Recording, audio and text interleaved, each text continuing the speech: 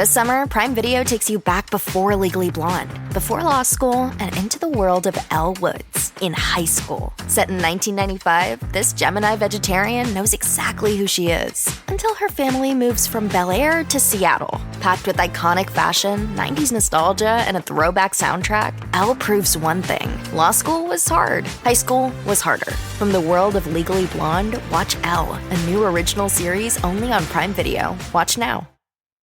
This summer, Say I Do I am marrying a stranger. like never before. Am I crazy? It's a whole new Married at First Sight on Peacock. Thank God I woke up in love. With new experts, My name is Dr. Lisa. My name's Paul Brunson. more couples, This could be the start of a very successful marriage. and more surprises. Or maybe not. Everything is just not enough. You're a little bit crazy. I don't know what's gonna happen. I want my fairy tale ending. Married at First Sight, streaming July 12th, only on Peacock.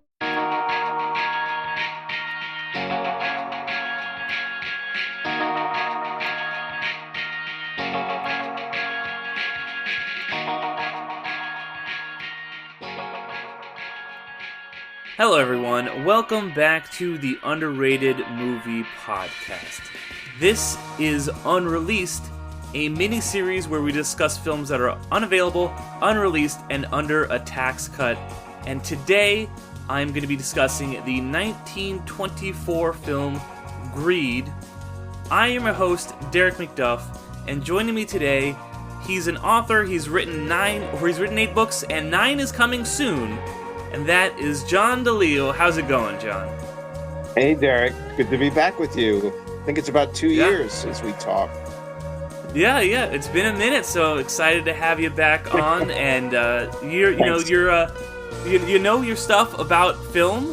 So I wanted to get somebody on this episode who was knowledgeable about film and this era of film. So I thought you would be the perfect guest. But before we get too much into that, if you wanted to let the people know about yourself and about your writing. Well, I've been doing it for a while now. My first book came out in 1999, which is suddenly a long time ago.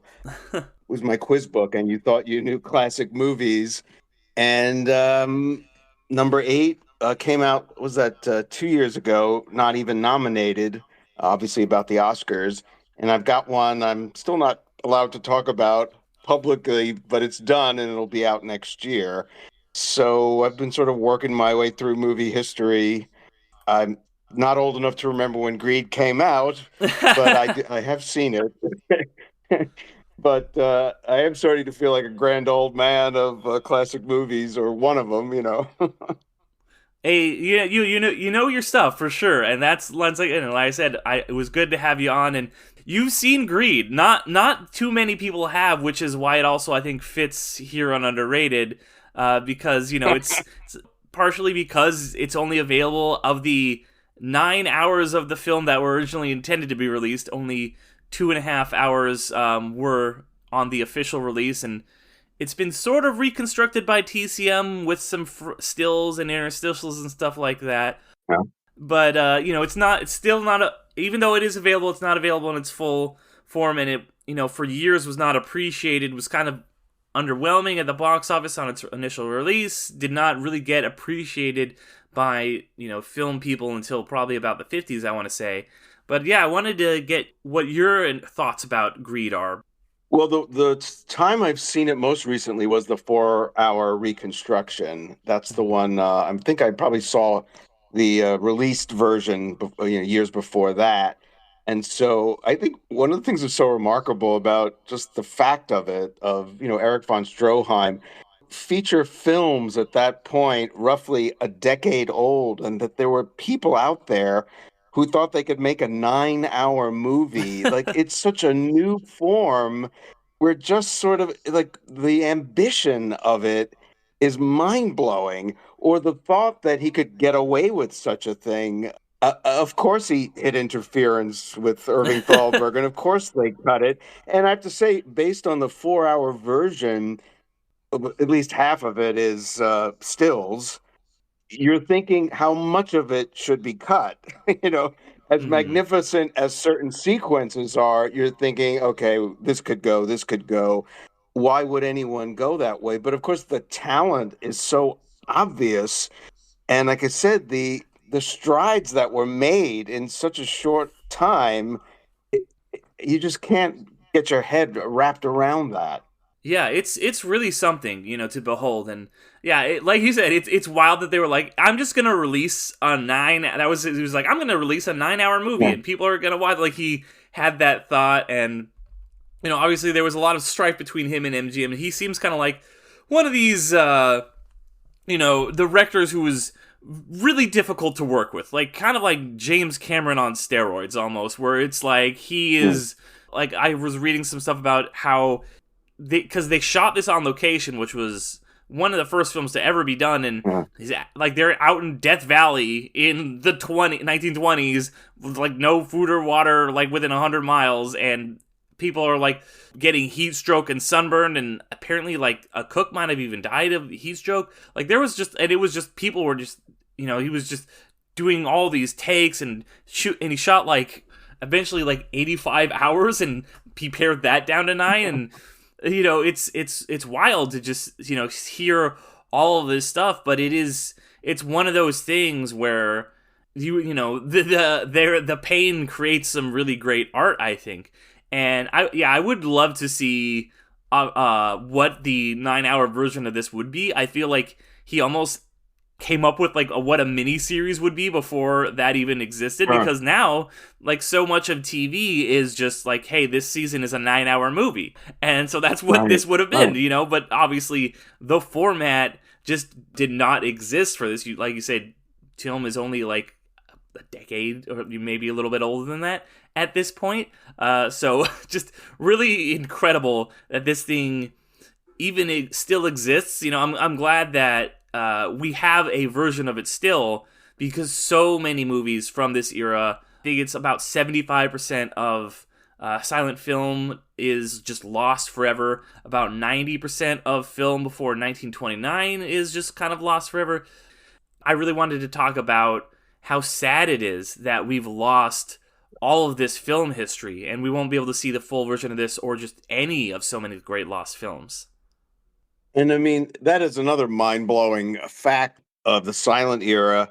It seems to us, those of us who care about it, that there are a lot of silent movies, and we try to see them all, and there's a lot of great ones, and we feel like we can get a grasp on the whole thing, whether movies from Europe or, of course, from Hollywood.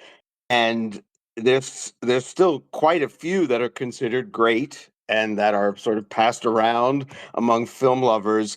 But the thought that we're really only dealing with a fraction of the output, that what great films do we not talk about because there's no one alive who can recall seeing them, and there wasn't as much written about them at the time. And of course, there wasn't the feeling of this is an important art form, this has to be preserved for centuries. It's all so new.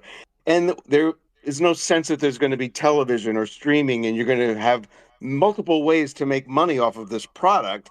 It's released. Everyone who wanted to see it saw it. If it was a smash, they can reissue it in 5 years. But even that, once the talkies come in, who's going to want to see a silent movie?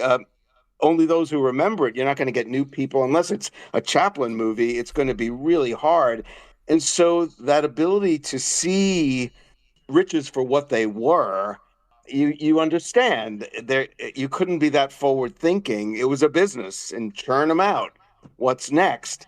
And so we're lucky we have Chaplin and Keaton and some of the other ones that seem to be all of their output or almost all of their output. And then other careers, there's like nothing of some of these people that were huge names, and they're not going to be restored because without the evidence, it's just names. And that's sad. But yeah, no, it is really sad that, we have lost all of this film history. And you look at some of the stuff that, has been lost, and it's stuff like, there's this like legendary Lon Chaney movie that's been lost, and there's even like John Wayne stuff. You would think like from like the 1936, you're like, John Wayne, like you would think we would have all of his stuff, but there's just so many gaps, and there's just stuff that we don't even know how great it would be because, as you said, people just didn't know. And I think we live now in a mindset where it's like, it's so easy to watch most movies, and that's part of the reason why I'm doing this miniseries, is that we think of just being like, just turn it on, stream it, you can watch any movie that you want at any time, or at the very least, go to the library and get the DVD or something. But that is just not the case with a lot of stuff, unfortunately, and there is at least still ways to get some of these things that I've been talking about on this series, where it's like, okay, you do have to get really creative if you want to watch, as I talked about last episode, Netflix's Bandersnatch. That's something that's very difficult to find, especially in the format it was released. But these things, they straight up just don't exist anymore. If you want to see them, sometimes people have created some kind of weird amalgamation of what it might be, like we talked about the 4-hour version of this, and there's the stills that are shown where it kind of, and it's like passages from the book McTeague, of which this is based on, fill in the gaps, and you're getting an overall view of the story, and then it'll cut back to the actual film. But and there's some movies that are just that are only the stills. Like people have tried to recreate them using what is left available, and it's just pictures from the set. But that's all we got a lot of the times. But with you having seen, because I didn't watch the full 4-hour version that has all of that. I watched the 2-hour and 10-minute version that still exists. What was your take on the movie itself?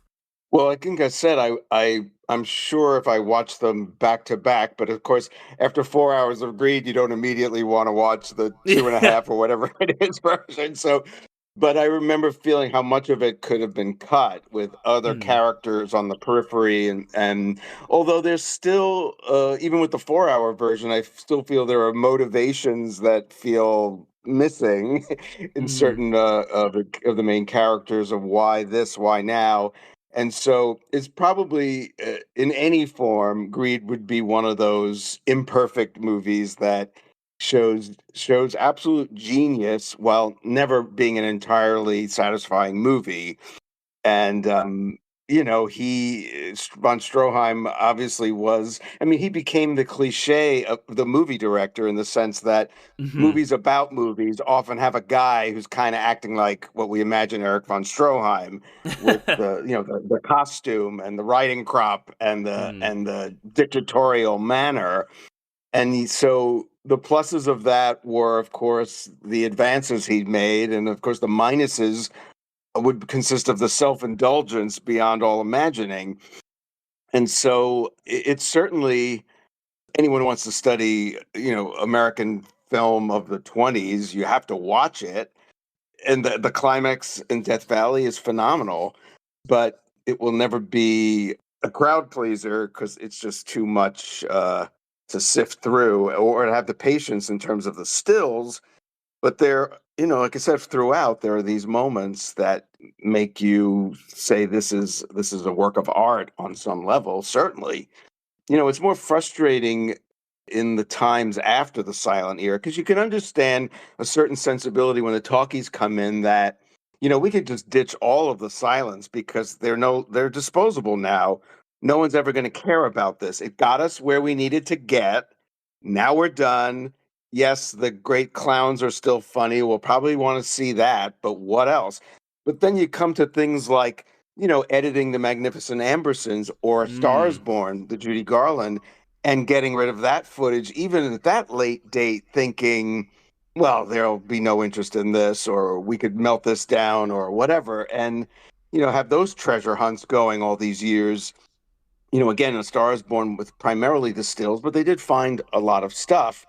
But now we're well into talkies, and there's still that sense of, can we get a nickel out of that if we melt it down, or who cares where it is and how it's stored? And it's probably going on in some other ways now, of something being disregarded that will scratch our heads in 50 years and say, what were they thinking? Yeah, which is why I'm so glad that we're actually getting Coyote v. Acme. That was a movie that it's like, wow, this is a movie that was fully made, that people worked very hard on, and then to save a couple bucks, Warner Brothers scrap. And it's just still it's there, it exists, and we weren't gonna get it until like a lot of internet outcry. Unfortunately, we're not getting some other stuff that they scrapped, most notably Batgirl. So it's just like one of those things. It's like, just I know it's all for tax reasons, and David Zaslav and all these billionaires are like, oh well, if we do this, we can save ourselves a little bit of money, but they are just denying art, and it is really sad, like we said, when people do that to just save a couple bucks. And it's interesting because it's just greed. It's just like this need for money, and it is what we are seeing in this film. I think the main character, I mean, everyone in this movie is just driven completely by greed. It makes sense why, he changes the name from McTeague to greed, because it is really the driving force of not only McTeague, but of his wife, Trina, and then of also Marcus. Yeah, just these three pretty not great characters. And you think, well, okay, maybe Trina like is pretty good at the beginning, but you're like, no, she's like not necessarily a good person either throughout the course of this. And just the way that this trio is all just these selfish people that are just kind of like descending into their worst impulses over the course of the movie, and that leads to all of their demises. And as you said, leads to a really spectacular sequence there at the end in Death Valley, which must have been an absolute nightmare to film. But the last bit of the movie is incredible, and it would be something I was like, man, I would love to see the rest of this footage that no longer exists. But it is so interesting and compelling. I love that whole final part of the movie. The rest of the movie is really good too. Does a lot of really incredible deep focus stuff that was not really seen at the time. You're watching this not descent, because McTeague is a bad guy from the start, but he kind of becomes worse and worse and worse until he's just kind of driven mad there at the end, and is getting chased down by Marcus. And this chase that is not going to go well for either of these guys. But loved all of that. Loved like so much symbolism in this movie, where he first meets Trina and by giving her a crown, and you see that the kind of gold glint on her teeth, and you're like, okay, so she's just another possession. She's just another, he's just after her, just like he's after gold. And how all of these characters are after gold and just after money that I don't even know if they really want to use. They just want to stash it away and have it. What were your thoughts about like the end? You talked a little bit about the Death Valley sequence, but if you want to go into that a little bit more and just the kind of craft of the movie overall. This summer, serve up the Cookout Classics, Oscar Mayer hot dogs and Heinz mustard. Grill up a dog, add classic yellow mustard, or loaded Chicago style. We all know it's not a cookout without Oscar Mayer and Heinz. Tomorrow morning is knocking. Stock your fridge now. How about a creamy mocha frappuccino drink? Or a sweet vanilla? Smooth caramel, maybe? Or a white chocolate mocha? Whichever you choose, delicious coffee awaits. Find Starbucks Frappuccino drinks wherever you buy your groceries. Well, just before we talking about the greed aspect, in a lot of ways, the character that stays with me on that level is actually the wife, Zazu Pitts, and because I think there's a title card, "This money can never be touched," and you've got $5,000, and within however long it takes, she is at absolute poverty, but will not touch. And I mean, that is a really interestingly sick form of greed, to actually have money and be so greedy as not to touch it, because it's more important to stare at it than use it and make your life livable. And it's absolute madness, but it's quite compelling as drama. And then, of course, again, when you're talking about symbolism, there's that great moment. And I'm trying to think now if it's a still or if it's on film, because I blurred it all together. When the main couple is getting married, there's a funeral procession going by right out the window. And you think, yeah, this is doomed. And it's like, that's good. That is really good stuff. It's good. It's good. On all the stuff with the birds, too. And I will say $5,000 might not sound like a lot, but it's about a couple $100,000 in today's money. Yeah, yeah. Or like when isn't she rolling around in bed with the coins? I don't know if that's again in the stills or not, but again, it's sort of like not to spend it, but to luxuriate in the sight of it, the thought of it. But it's a form of madness. And of course, in the Death Valley sequence, it's hard to imagine that there are cameras and crew anywhere because it's so stark, so terrifying, so true. Mm-hmm. And I always remembered, I think I remembered incorrectly when I saw it more recently. I remembered it ending with him laughing, but that's not the case. But it felt like maybe I'm thinking of like Walter Houston in The Treasure of the Sierra Madre, which it certainly it was an influence on that, certainly. Yeah. But yeah, the way fate plays into this story and how things kind of work out the way these people sort of set it in motion. And now here comes the absence of victory at the very end, because look how they all played the game. Wow. Mm-hmm.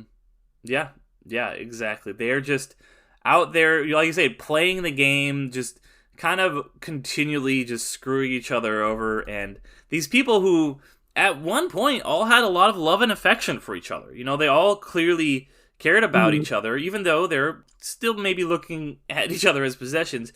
Just the anger, and I think Marcus is also just a really despicable, interesting character, because first of all, he's like dating his cousin, like that. I mean, I guess it was like, oh, this is the olden days, I guess, but I still think that was not not a great look for him even back then. And then he's just like, oh yeah, you're my friend. I'll just like give you this girl. Like he frames it just like as like, oh, you like this watch that I've got here? Yeah, you can have it. He just kind of treats her like a possession too. And it's only when she comes into that $5,000 of winning the lottery does he be like, oh, you like robbed me, you wronged me. Not like, oh, you like stole this woman that I was in love with. Like, it's like, no, the money is what I wanted. And if I had been with her, I would have gotten the money. But of course, he would never have gotten that money anyway, because she, as we're talking about, stashed it away, put it away. It's like, we can never ever use this money. It's got to be just something to be looked at rather than something to be used to pull us out of literal poverty. And things just get worse and worse and worse. And also, just a small little aside, I love how much of a dork he looks like when you see him. He looks like when Doc dresses Marty McFly to go back in time. He's got this big dumb hat, and when he's like, I'm gonna go ride with this posse or whatever, and they just kind of look at him like, all right, man, you could come with us. And then he just rides off into the desert alone, Death Valley. You're like, he is absolutely going to die in this situation. There is no way he gets out of this. Because I've been to Death Valley, and there's...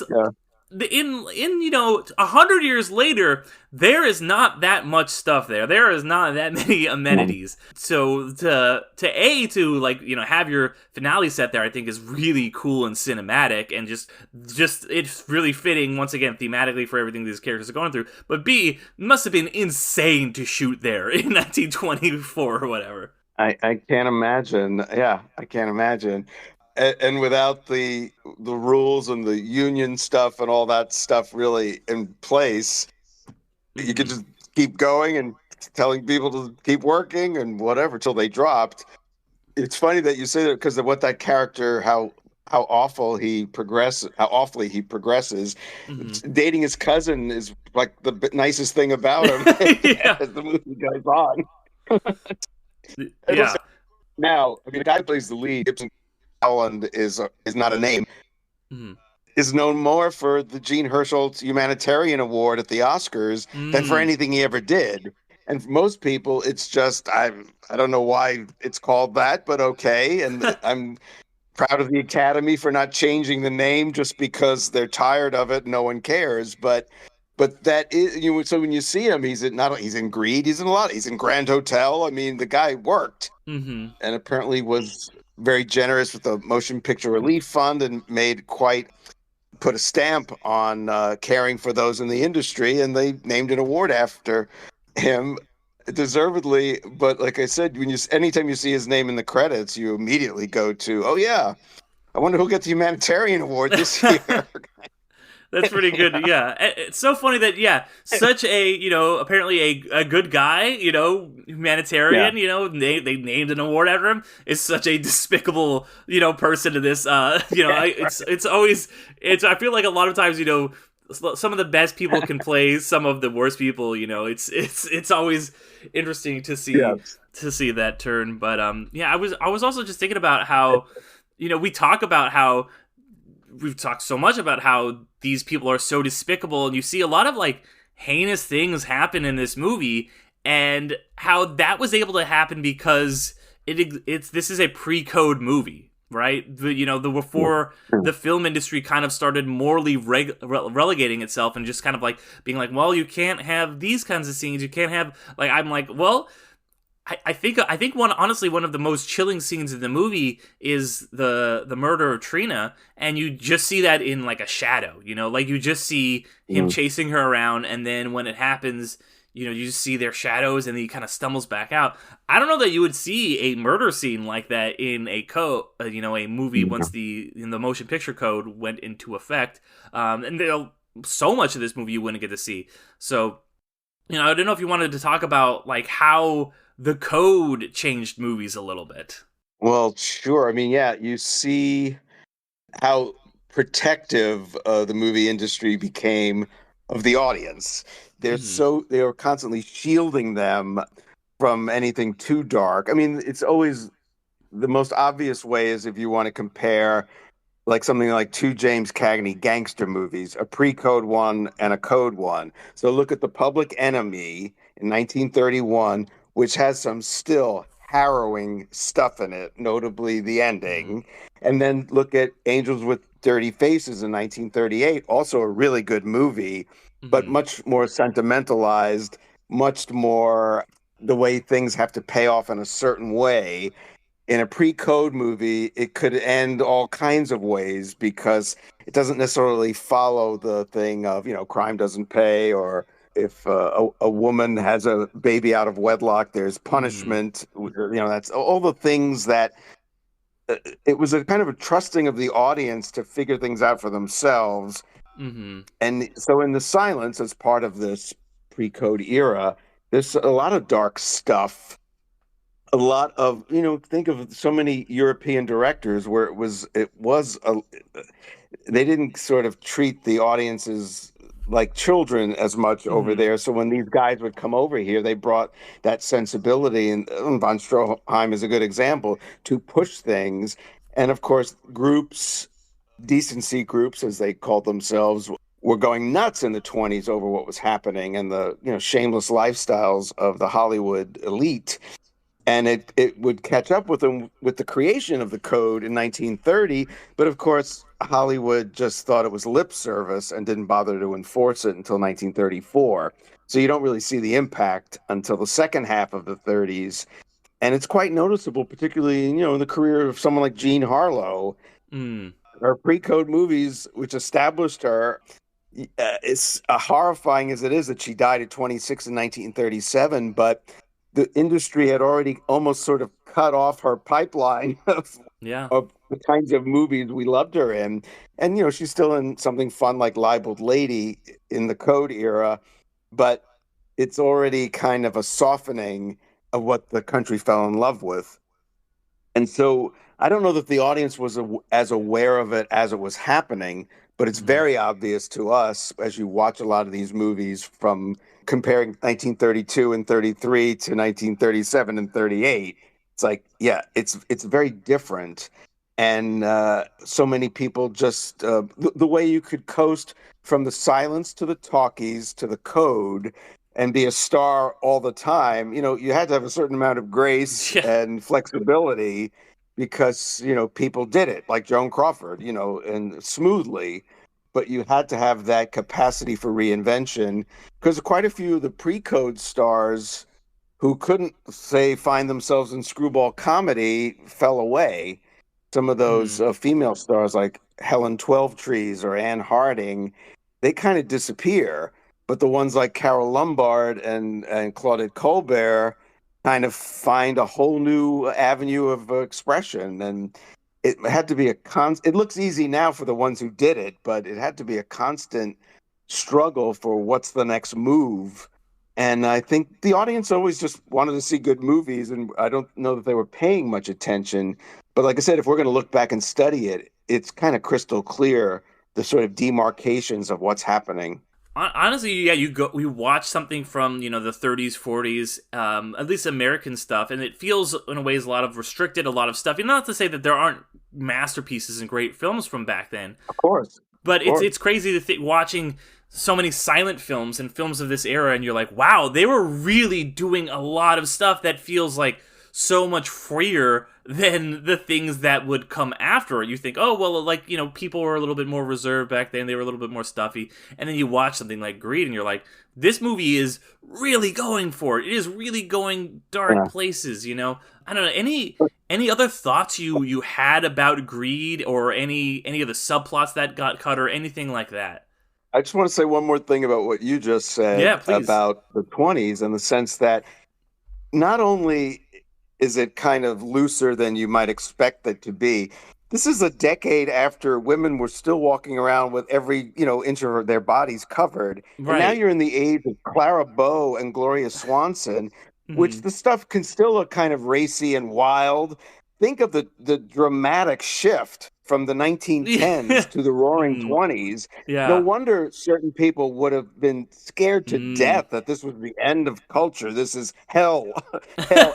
And it's also being spread in a medium which has had more of a wide-ranging scope than anything before this in the history of life on Earth. So again, that is shocking. And I would say, too, look, the 1940s would be the most buttoned-up era because half of the 30s is the pre-code. And by the time you get to the 50s, you have Tennessee Williams movies being adapted where it's pushing it to get to the 60s. So the 40s would be the most buttoned up. But even with there, you have film noir, and so much stuff is being snuck in by just being, inferring something, then spelling it out. But that's also a lot of that stuff you could say, that's kind of a shocking plot twist. So there've always been ways for writers and directors and also actors to get the message across, even when it seemed impossible. And how many people have said, having the boundaries forced a kind of creativity you would not have found if you could have just done anything you wanted. And so there's always that. It's the shark and Jaws thing. Yes. It's like, and the shadows rather than the bloody body, that kind of thing. But, Greed, after Greed, von Stroheim does The Merry Widow, which I believe is a big hit. But that's kind of it in terms of, his career, in a way you could say it's this fabulous disaster. And he is best known to most of us as, Max in Sunset Boulevard. And that's, and again, playing a kind of creepy version of himself too, which is another fascinating component of the story. And he's great in that. And what a final tribute in a sense. Yeah. Incredible.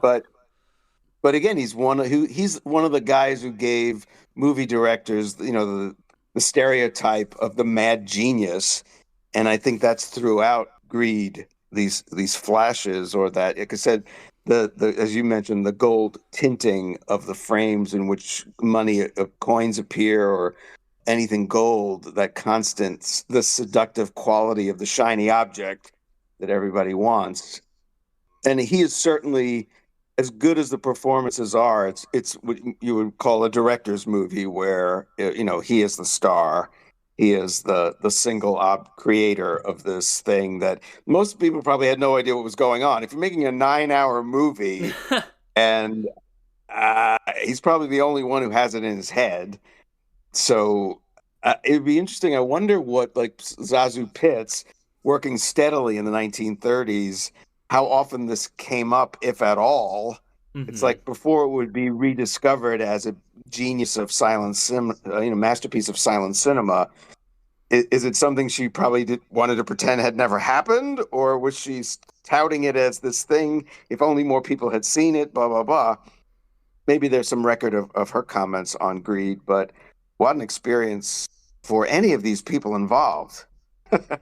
Yeah, it had to be something. Well, and yeah, like I just, he is, like you say, the kind of quintessential director of, especially of this era. It's funny. I just saw this interview with John Travolta, who I guess had just, I don't know if it was his first feature, but he had just directed a movie, and he was like, all right, well, you're gonna be a director, so wear one of those like little director beignet, like, or those little hats, berets, and just like do and like dress like this. So, and he's really emulating this thing, and I love that you brought up Sunset Boulevard, because everybody talks about how good Gloria Swanson is in that, rightfully so. She's incredible. And how she's essentially like playing herself, how we've kind of had at that point abandoned all of these silent film stars. But a lot of this, I think, it happened with a lot of these directors, especially these European guys who come over, these auteurs, and then either it's because it's the medium changes from silent to being sound, or because the code, they fall out of favor for whatever. And I think he's so good playing a version of himself, basically being a butler for his ex-wife. He's so good in that, and just to kind of show what happened to not just the people in front of the camera, but behind it, and how we just didn't give respect to movies like Greed, and we'll just never be able to get so many of them back, because they have just been lost to the sands of time. And sometimes we'll find some stills. Maybe we'll find even like a reel, some collector will have it. Like some of them come back, but it's very, there are rediscovered films, that does happen. Yeah. But more often than not, these films are just gone forever. So then my last question for you is there a film that you're like, this is my holy grail? This is John DiLeo's lost masterpiece that I wish I could see, from the silent era or from any era? Wow. I have to say, though, but they have found, in terms of rights issues, things that I remember always wanting to see, like The Constant Nymph with Joan Fontaine, which is now regularly shown on TCM. And now that Letty Linton is back with Joan Crawford, it'll probably be on Turner Classics quite a bit too.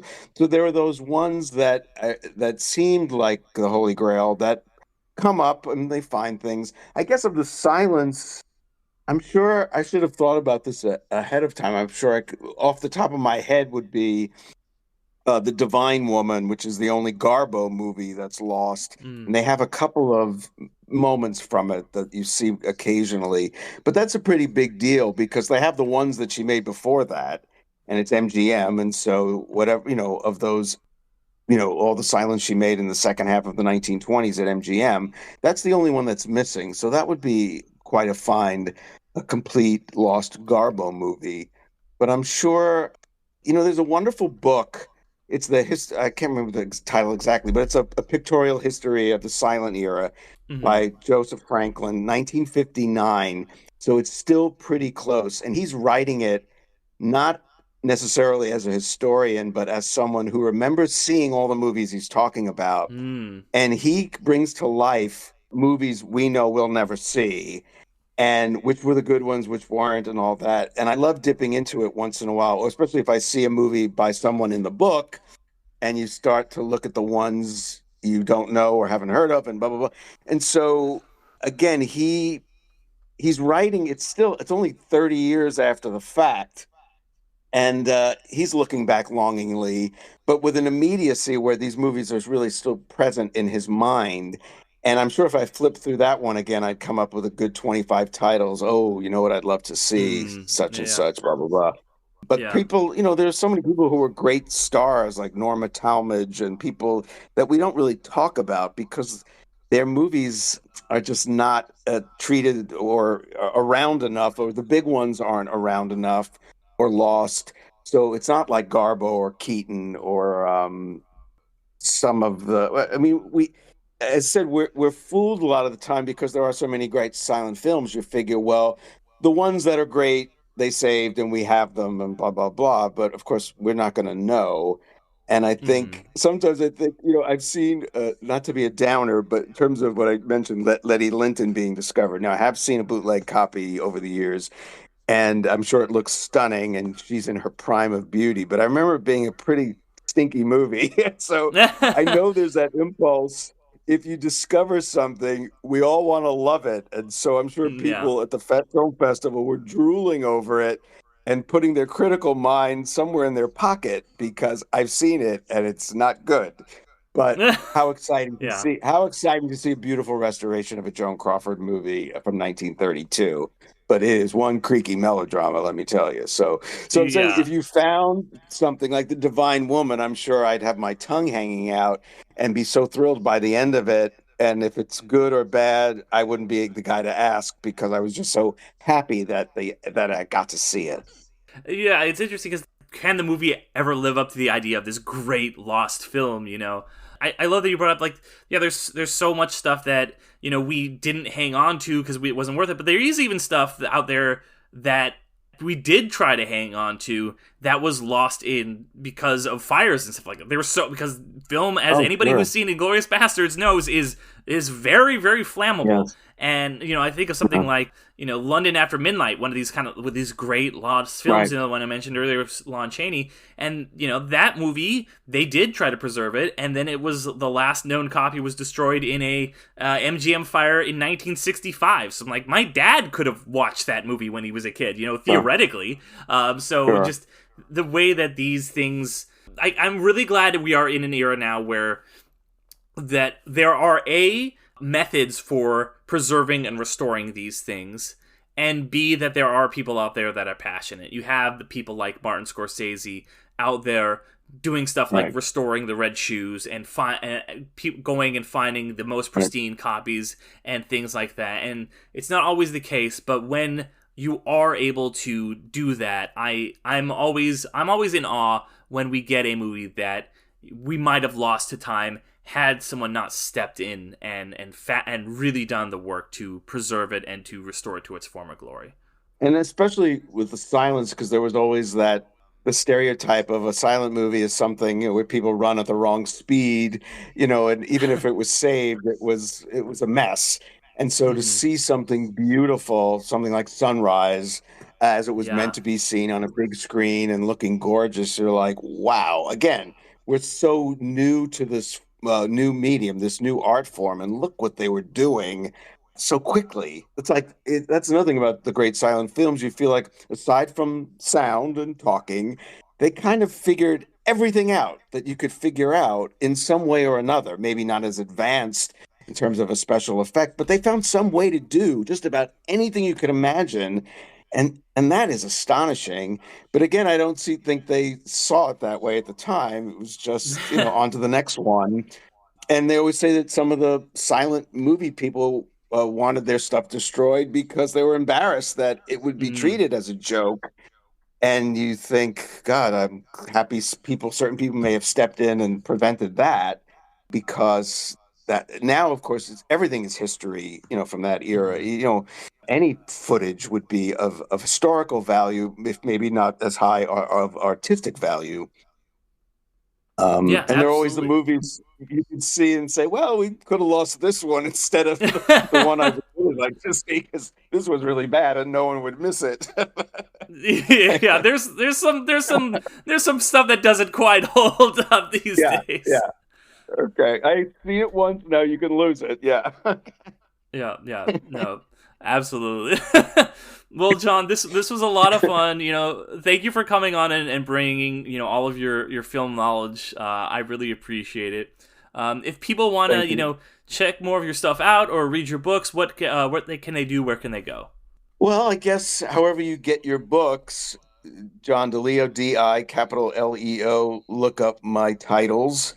Amazon, of course, or any independent bookseller would order them. And I'm available out there on Instagram and Facebook and all those places to just follow me and updates on the new book and my classic film series, A Historic Theater Where I Live, here in Milford, Pennsylvania.